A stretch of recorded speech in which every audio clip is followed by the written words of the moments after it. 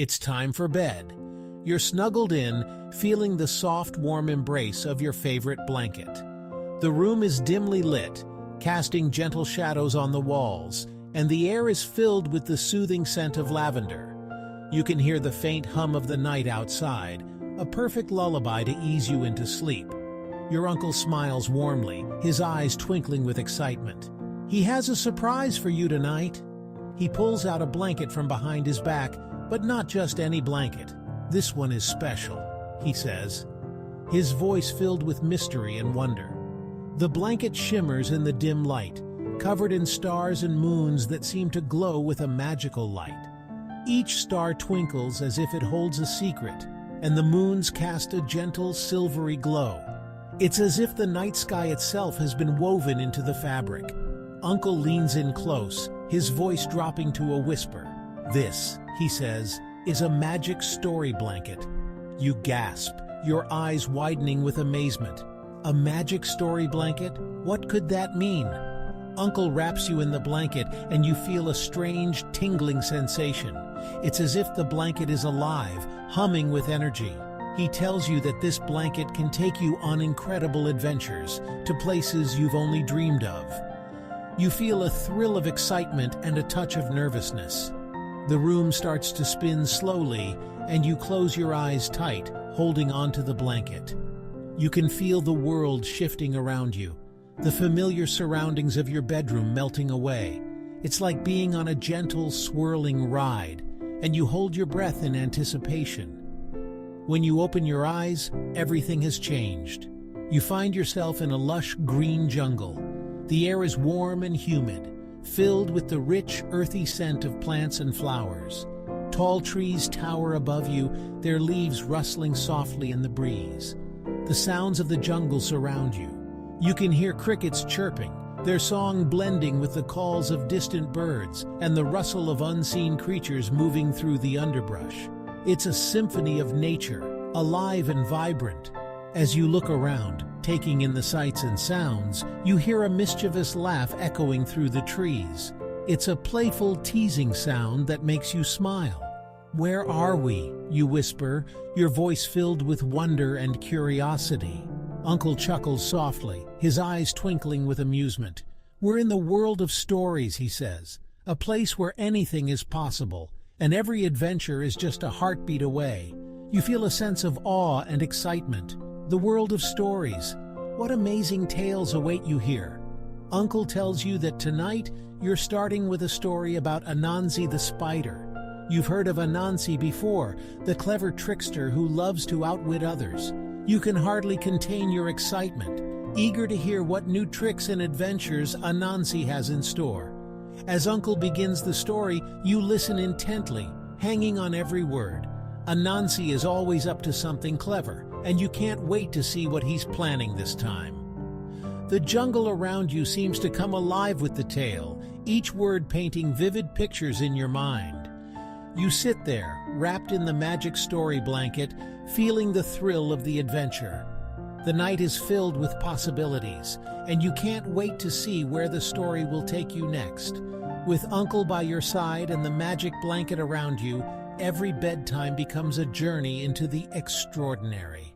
Anansi sits on a giant leaf. He spins a web catching starlight.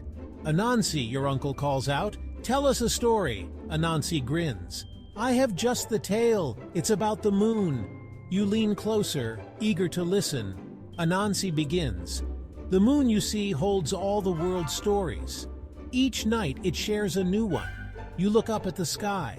The moon seems to shimmer with hidden tales. You imagine stories swirling inside, waiting to be told. But Anansi continues.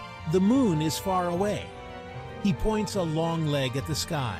To hear its stories, we must journey there. You gasp. Journey to the moon? What an adventure. You hold tight to the story blanket. It lifts you and your uncle into the air. You soar past fluffy clouds. The earth shrinks below. You're really going to the moon. The moon grows larger. It's covered in craters and dust. You land with a soft thud. The moon's surface is surprisingly bright. It shimmers like silver. "Wow," you whisper, speechless. You take a tentative step. The ground feels strange beneath your feet. It's like walking on clouds and trampolines at the same time. In the distance, you see a magnificent palace.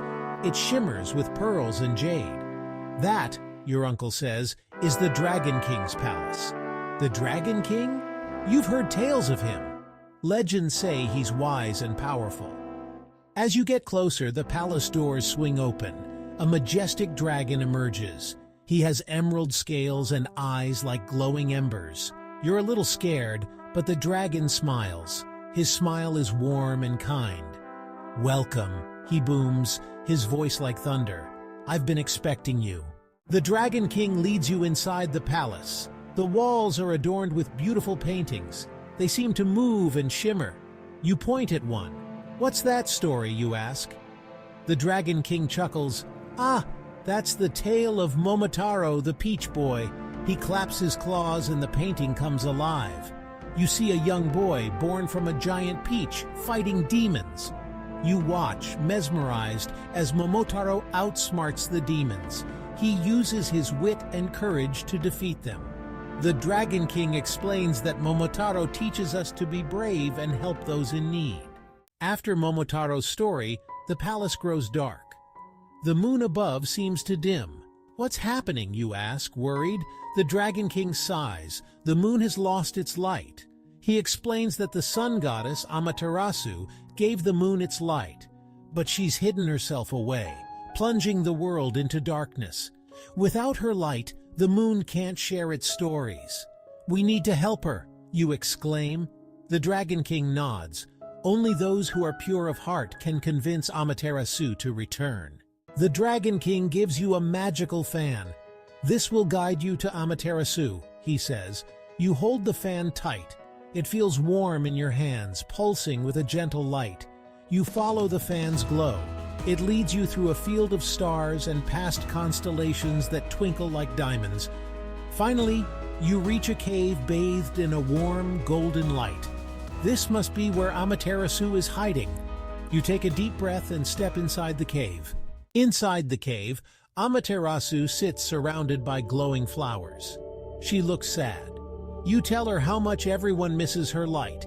You tell her how important her stories are. Amaterasu listens patiently. You realize she's not just a goddess from a story. She's lonely and needs a friend. You offer her the magical fan. "We can share stories together," you say. Amaterasu smiles. She accepts the fan and agrees to return. Light floods back into the world. The moon shines brightly once more. With Amaterasu's light restored, the moon beams down on you. The Dragon King thanks you for your bravery. He gives you a gift, a single shimmering moon feather. You hold the feather tight, feeling its magic. The story blanket wraps around you and your uncle. You feel a gentle tug, and suddenly you're back in your room. The room is still and quiet. Only the soft glow of your nightlight remains. Was it all a dream?